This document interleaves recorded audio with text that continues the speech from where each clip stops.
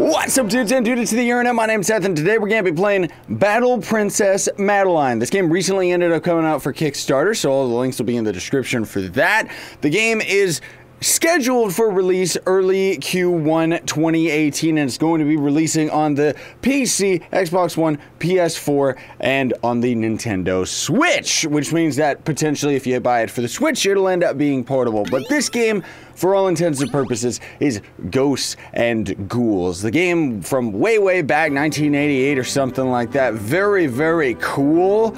You know, very retro style, very responsive controls and everything like that. And just in general, I have an absolute blast with it. Oh, goody gumdrops. It looks like we got to skip the beginning scene. So this is all there really is to it, folks. There's not really that much to explain other than the fact that we are playing as Madelyn. We destroy all of these stupid enemies that just don't know how to get a life. Literally, they're all dead and they just keep respawning. And every time we end up getting hit from them, we end up losing all of our armor, and now we're wandering around in a dress like a freak. And then there's this guy, at least for the first level, near as I can tell, who's kind of keeping with us the whole time, right? And then as soon as we get to the next section, suddenly he's gone. But very Twitch, very tight controls. That's the thing that I love about it, is just how well it operates. And you can see on the left middle of the screen, or top left, I should say, top left, you can see, I wanted to jump past him, but I got too greedy. But we have 2 hits, at least right now anyways. We are back in action, so don't worry about it. We do have a double jump. The other ability that we have, where is it? How do we actually use that ability again? Left and right bumper, swap our things around. And then, oh man, anyways, climb the ladder, you freak. Jeez Louise. I thought I was pressing the right button, but whoopsie daisy, stop that, you stupid freaks. Jeez. That's right, so we got charge our attack, and then we get 2 different options. One of them is sending our ghost to kill whatever is around. And you can see on the right too that there is 24 out of 36. That's kind of our energy. That's the spell that we end up casting. So that one right there, where he kind of just teleports up into their face, that ability ends up working out for, it's pretty much like a homing attack, destroys absolutely everything. And then the other optional attack is just having this as a passive extra damage going on, right? So it's really cool that they end up giving you these different options. I'm assuming that later on, of course, you would end up having different types of control methods and stuff. But for right now, most of these enemies are just 2 hits anyway. Well, 2 hits. 1 hit is what I mean to say. Except for a few of them, not that many though. But really, oh! Love the retro style graphics, man. Like, you know, this really reminds me of games that I grew up with as a kid. Now, that's the thing. When games like this were around, I was still way too little to actually, like, be any good at them. So I would always just like watch people play them, you know? And I remember, like, it's like, especially like the Ghosts N Ghouls games, they're hard if you don't know what you're doing, man, because it's all about pattern recognition, figuring out where, I didn't even see what hit me there, rip me, but also knowing, like, you know, what's gonna come around the corner and how you actually defeat each of the enemies and stuff. And again, the fact that we actually have, like, some tight controls definitely helps to deal with that. Like you saw right there, we ended up actually just clutch dodging that Flowers shot attack, and then I kind of lost track of the fact that there's all these other crazy skeletons spawning like 24/7 and wrecking my face. Like, seriously, there's way too many of them. It's too difficult to play a game like this while commentating. Even while I was just doing it off camera, I was having a hard time. Now, granted, I was able to get to the castle and everything, but honestly speaking, folks, I don't think we're gonna be able to get too far today. What I'm pretty much doing is playing until we end up getting the equivalent of a game over, because as we're playing through the game right now, we actually, no, you don't, I always keep thinking that is our partner, but it's always like an evil skeleton. So let's just get out of here and forget about him. Go, Skeletron ghost thing, you attacked the wrong enemy, but whatever. Seems that you can't actually, at least in this build of the game, you can't jump onto the ladder, but there's so many enemies, dude, it's just out of control. But anyways, we're kind of like running into all of these checkpoints and stuff like that, right? Like we keep on, every time I die, I'm kind of just respawning in the local area. I'm not exactly sure where the indicator is for our extra lives, but I do know that there is a limited amount, because then eventually if we end up dying too many times, we'll end up respawning at the beginning of the segment of the level, right? So it's like with this level, we would end up spawning all the way at the start, which that would definitely suck for sure. No fall damage, which is great as well, because then so long as you know where you're going, which I do, because I know that this is the end of the level, or at least I think this. Yeah, there it is. Let's get out of here. Okay.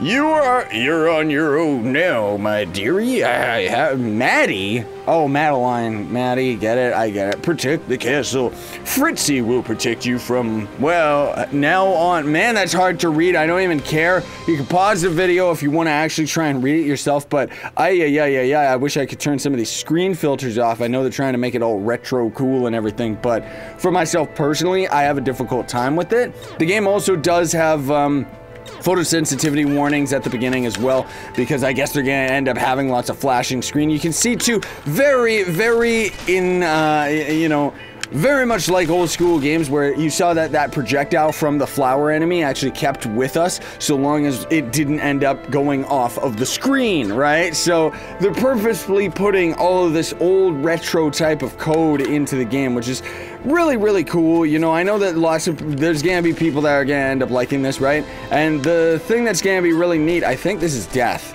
Yeah, is, like I said, you know, I mean, I go on a little bit of a rant here, but I love the idea of the Nintendo Switch. You know, the fact that people could have a game like this, or any game to say the least, on the Nintendo Switch and actually have it on the go, I strongly agree with that design choice. Now, we'll see whether or not there's actually anything other than Zelda that's worth getting on, or getting the Nintendo Switch for, but that's the thing. Like, it's like, I think this would be, you know, it's a nice iteration when they end up getting this on the Switch. That's the whole thing too. I couldn't clutch that one out. And there's our extra life kicking in. Is, you know, with this being like on all the different versions and stuff like that, personally, if you got a Switch, I would say get this for the Switch, because then you can, you know, play it on the bus ride to school and stuff, or, oh my goodness gracious. I mean, then again, oh boy. Well, I don't know how to get through some of these segments. That was cheap. Jeez, I guess it really is like an old retro style game. Even the fact that they have like these certain enemy types that just get all up in your face. But you know what we can do? Come on, you stupid ghost, go get him. Okay, don't go get him. I mean, even though he's a big old slime dude. Now, I don't know whether or not our double shot right there, I'm not sure whether or not that's actually registering as twice as much damage on the enemies, because it seems like the enemies actually get in a stun animation, as you would expect with most of these types of games, right? So there would be the advantage, I would say, is the fact that I ended up missing my shot and then the ghost ended up cleaning up, right? Because otherwise, for the most part, I'm assuming that it's like, you know, are we actually causing more damage? That guy seemed to die the same amount of speed as anywhere else, you know what I mean?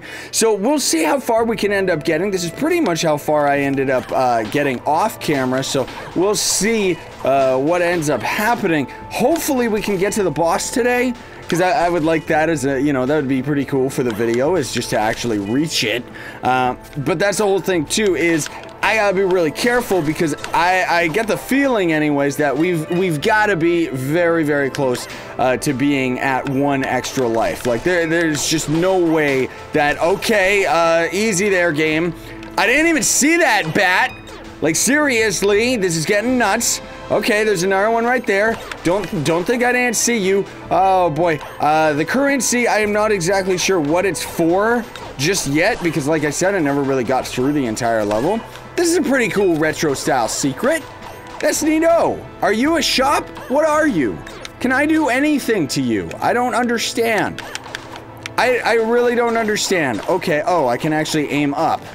Well, rip me, because I didn't know that we could. Same with actually aiming in any, like, up or even crouching down on the ground to hit the smaller enemies and stuff. Rip me. And we may have been able to actually interact with that NPC, but I don't know how. Oh my goodness gracious. Get out of here, you stupid flower things. Jeez Louise.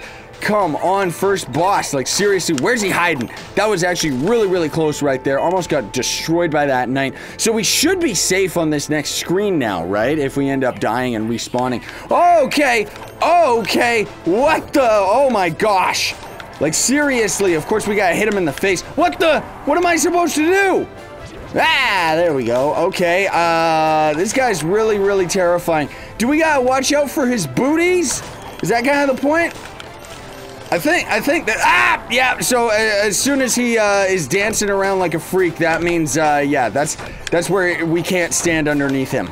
Oh, this is gonna be very, very bad. Ah, that was really, really close. You stupid laughing skeleton. I don't know if I could dodge that. I don't know if I could dodge this. Like, seriously, this guy's going a bit too nuts here, dude. I think it's because he's getting really, really close to being at one hit. Okay. Okay.